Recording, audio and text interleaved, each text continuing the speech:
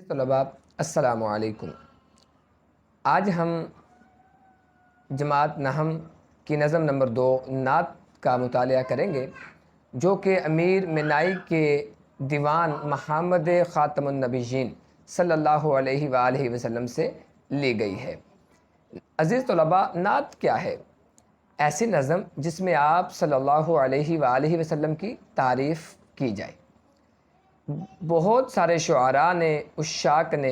اپنے اپنے عشق کے مطابق آقا کریم صلی اللہ علیہ وآلہ وسلم کی تعریف بیان کی، لیکن کسی نے بھی یہ دعویٰ نہیں کیا کہ میں نے آپ صلی اللہ علیہ وآلہ وسلم کی تعریف بیان کرنے کا کما حق کو حق ادا کر دیا، بلکہ بڑے بڑوں نے نعتیں لکھیں اور نعتیں لکھنے کے بعد یوں عرض کرتے ہیں کہ زندگیاں ختم ہوئیں اور قلم ٹوٹ گئے، یا رسول اللہ صلی اللہ علیہ وسلم آپ کے اوصاف کا ایک باب بھی پورا نہ ہوا۔ تو آئیں جی بڑھتے ہیں ہم اس نعت کے پہلے شعر کی جانب۔ صبا بے شک آتی مدینے سے تو ہے، کہ تجھ میں مدینے کے پھولوں کی بو ہے۔ صبا صبح کے وقت چلنے والی ٹھنڈی ہوا۔ مفہوم کچھ اس طرح سے ہوگا کہ صبح کے وقت چلنے والی ٹھنڈی ہوا، اے صبا تو یقیناً مدینے سے ہو کر آئی ہے، کیونکہ تجھ سے مدینے کے پھولوں کی خوشبو آ رہی ہے۔ تشریح کے لحاظ سے اس کے جو اہم نکات بنیں گے، ایک ہے صبا اور پھول،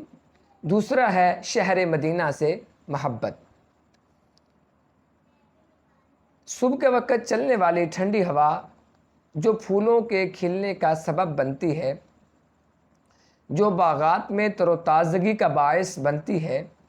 صبح کے وقت چلنے والی ٹھنڈی ہوا جو انسانوں کو بھی حشاش بشاش کر دیتی ہے، شاعر اس سے مخاطب ہو کے کہتا ہے کہ اے صبح کے وقت چلنے والی ٹھنڈی ہوا، تو یقیناً مدینے سے ہو کر آ رہی ہے، مدینے کی گلیوں سے ہو کر آ رہی ہے، مدینے کے پھولوں کو چھو کر آ رہی ہے، اور ان خوبصورت اور مبارک پھولوں کی خوشبو اپنے اندر سمیٹ کر آ رہی ہے، اس لیے کہ تجھ سے مدینے کے پھولوں کی خوشبو آ رہی ہے، اور تو جہاں بھی جاتی ہے، جہاں جہاں سے گزرتی ہے، ساری فضاؤں کو معطر کرتی جا رہی ہے۔ دیکھیں جی، شہر مدینہ سے محبت، انسان کو جس چیز سے محبت ہوتی ہے، چار سو اس کو وہی چیز نظر آتی ہے۔ اسی لیے شاعر نے صبح کے وقت چلنے والی ٹھنڈی ہوا سے مخاطبت کرتے ہوئے یہی کہا ہے کہ اے صبح کے وقت چلنے والی ٹھنڈی ہوا، تو مدینے کی گلیوں سے ہو کر آئی ہے، مدینے کے بازاروں سے گھوم کر آئی ہے، اور آتے ہوئے مدینے کے پھولوں کی خوشبو کو بھی سمیٹتی آئی ہے، اس واسطے کہ تجھ سے مدینے کے پھولوں کی خوشبو آ رہی ہے، اور تو جہاں جہاں سے گزرتی ہے یہ خوشبو پھیلاتی جاتی ہے۔ مدینے کی فضا اچھی، در و دیوار اچھے ہیں، سبب یہ ہے میرے آقا میرے سرکار اچھے ہیں۔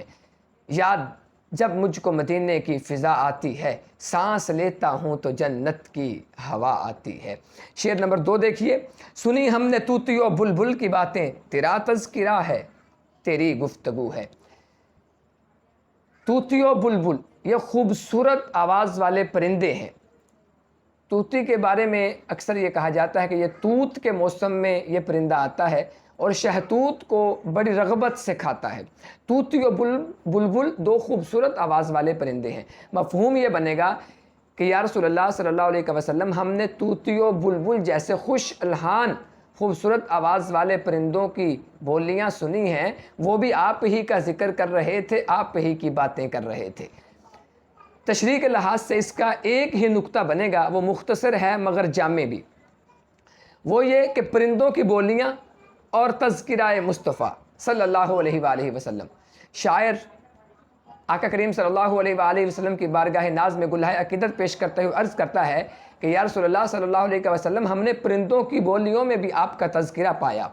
دیکھیں، اللہ تبارک و تعالی رب العالمین ہے، تمام عالمین کا رب ہے، اس نے اپنے محبوب کو تمام عالمین کے لیے رحمت بنا کر بھیجا ہے۔ کائنات کا ذرہ ذرہ جہاں اللہ کی حمد بیان کرتا ہے، وہیں وہ اللہ کے حبیب کی ذات پہ درود و سلام بھی بھیجتا ہے، اللہ کے حبیب کی ذات کی تعریف بھی کرتا ہے۔ انسان ہو، جانور ہو، شجر ہو، حجر ہوں، یہ آقا کریم صلی اللہ علیہ وآلہ وسلم کو پہچانتے بھی ہیں اور آپ کی ذات پہ درود و سلام بھی بھیجتے ہیں اور آپ صلی اللہ علیہ وآلہ وسلم کی تعریف بھی بیان کرتے ہیں۔ اسی واسطے شاعر کہتا ہے کہ یا رسول اللہ صلی اللہ علیہ وسلم، ہم نے طوطی و بلبل دیگر پرندوں سمیت طوطی و بلبل کی باتیں سنی ہیں،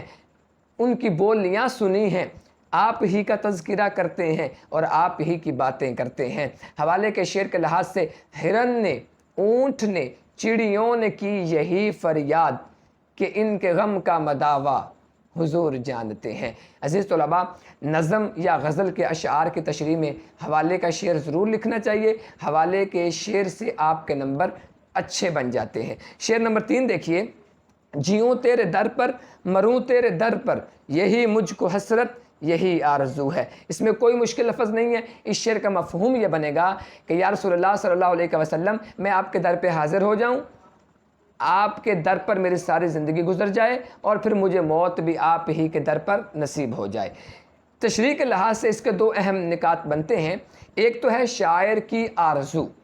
اور دوسرا یہ ہے کہ آپ صلی اللہ علیہ وآلہ وسلم سے والہانہ محبت۔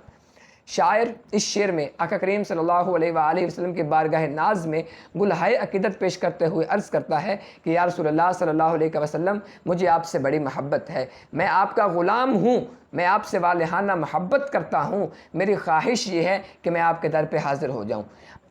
آپ کے در کا نوکر بن کر، آپ کا غلام بن کر ساری زندگی آپ کے در پہ گزار دوں، اور یا رسول اللہ صلی اللہ علیہ وسلم، آپ کے در سے واپس آنے کی مجھے کوئی حاجت نہیں ہے، میری خواہش یہ ہے کہ آپ کی محبت میں، آپ کی غلامی میں، آپ کے در پر مجھے زندگی مل جائے، میری ساری زندگی آپ کے در پر گزر جائے اور پھر مجھے موت بھی آپ ہی کے قدموں میں، آپ کے در پر نصیب ہو جائے۔ حوالے کا شعر کیا خوبصورت شعر کہ قدموں میں یا رسول اللہ صلی اللہ علیہ وسلم، قدموں میں تیرے مجھے موت یوں، اے کاش مدینے میں، اے کاش مدینے میں مجھے موت یوں آئے، قدموں میں تیرے سر ہو اور میری روح چلی ہو۔